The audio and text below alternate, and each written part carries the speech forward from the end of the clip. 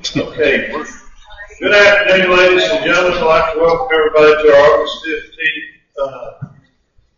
15th budget meeting for the sole purpose of setting a proposed rate and setting a public hearing on the proposed budget. I filed the budget. We finished up yesterday evening, and I think the budget may have gotten sent to some elected officials before I got a chance to peruse it completely. Anyway, we looked at it, we filed it. I filed that this morning at 9 or so. About 10 o'clock, Miss Margie came in and says, "Hey, you haven't filed our budget yet, have you?" And I said, "Well, actually I have." So she had been looking over things and found a couple of uh-ohs, and so she had to take those debt. It was in the debt service portion of the budget, and she took those numbers over to Miss Betty Davis, who I was more than gracious enough to drop everything she had, recalculate, print out the new figures. So the budget, the proposed rate that I don't think we're going to go over is the same as the voter approval rate, aka what we used to call a rollback rate. And that rate in the initial budget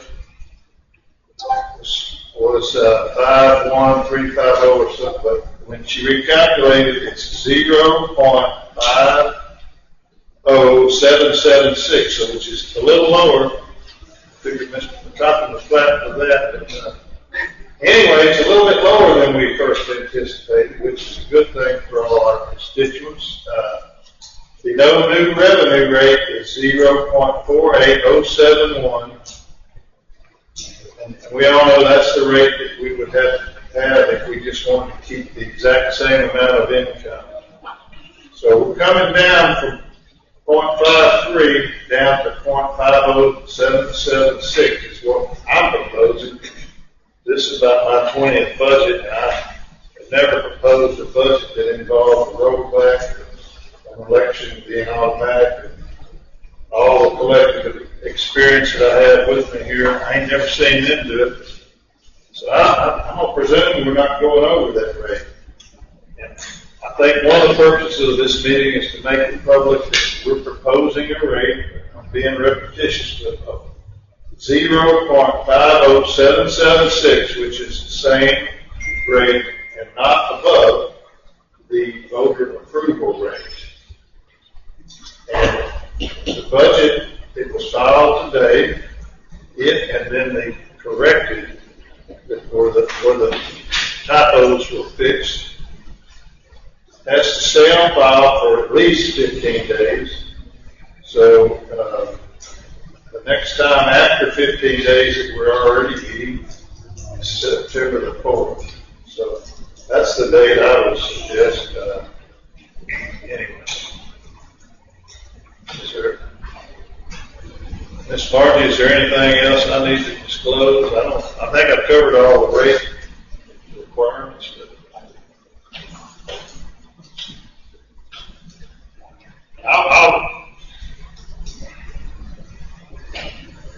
Tax rate of 0.50776 for $100 valuation has been, or that's what I think the notice is going to say. That's what I'm proposing.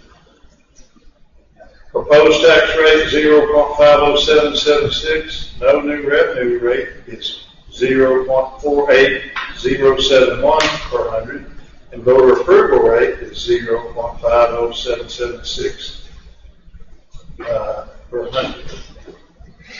No new revenue rate is the tax rate for the 2024 tax year that will raise the same amount of property tax revenue for San Jacinto County for the same properties in both the 2023 tax year and the 2024 tax year. The voter approval rate is the highest rate that San Jacinto County may adopt without holding an election to seek voter approval of the rate. The proposed rate is greater than the no new revenue tax rate. This means that San Jacinto County is proposing to increase taxes for the 2024 tax year, even though we're lowering the rate.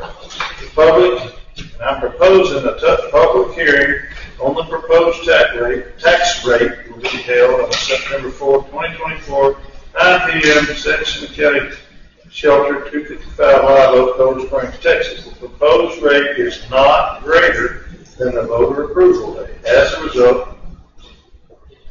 San Jacinto County is not required to hold an election at which voters may accept or reject the proposed rate. However, you may express your support or opposition to the proposed tax rate by contacting members of San Jacinto County Commissioners Court at their offices or by attending the public hearing mentioned above. Your taxes owed under any of these rates mentioned can be calculated as follows. Property tax amount, tax rate, times, it is equal to the tax rate times the taxable value of your property per $100 value. And then this notice will have who voted for this proposal, who voted against it, who was present and not voting, and who was absent. Yes, I can go ahead and fill in one of them blanks. Mr. Mars is not here. And then it goes on the proposed notice. Mr. Davis was kind enough to prepare it, gives you information about links to the property tax database. You can easily access information regarding your taxes. The 86th Texas Legislature modified the manner in which the voter approval rate is calculated to limit the rate of growth of property taxes in the state. They did that. They certainly did. They send down mandates to the appraisal district and tells them how high you got to set the values up. So, yes, they're communicating with us at both sides. And that's all I need to say about that.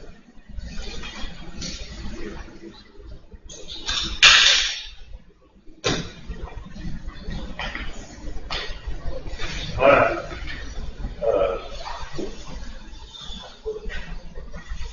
From some of them that's got their whole family here ready to hit the door, we can do this as quick as we can. That might inspire a motion of somebody. So the discussion, lay it out. Yeah, I don't have any discussion.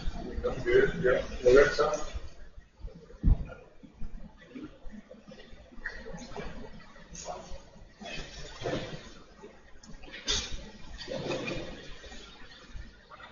I'll make the motion to set the proposed rate at 0.50776 and set the public hearing on September the 4th at 9 a.m. Have a motion by Commissioner Tugno. Have a second by Commissioner Brandon. Set the proposed rate at 0.5.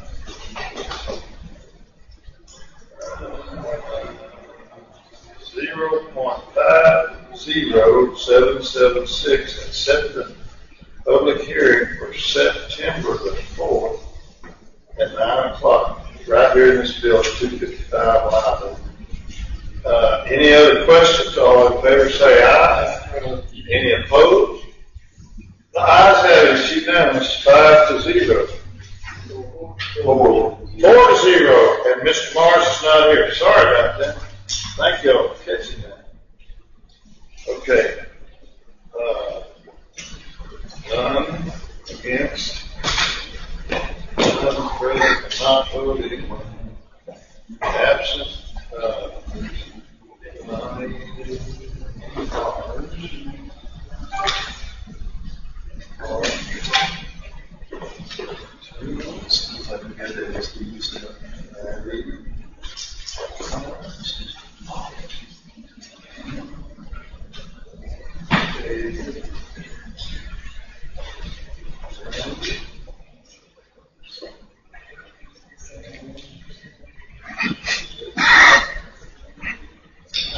I'm just writing this on here.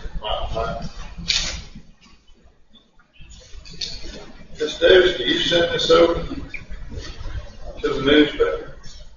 Okay. Anything else we can? No, I'll put these names in the morning. I'll send it to Margie to proof it, and then I'll send it to the newspaper. Thank you so much. I'd entertain a motion to adjourn. Commissioner McNamara, Commissioner Brandon, all in favor say aye. Thank you so much. Appreciate y'all coming. I'm sorry I said it. Tomorrow.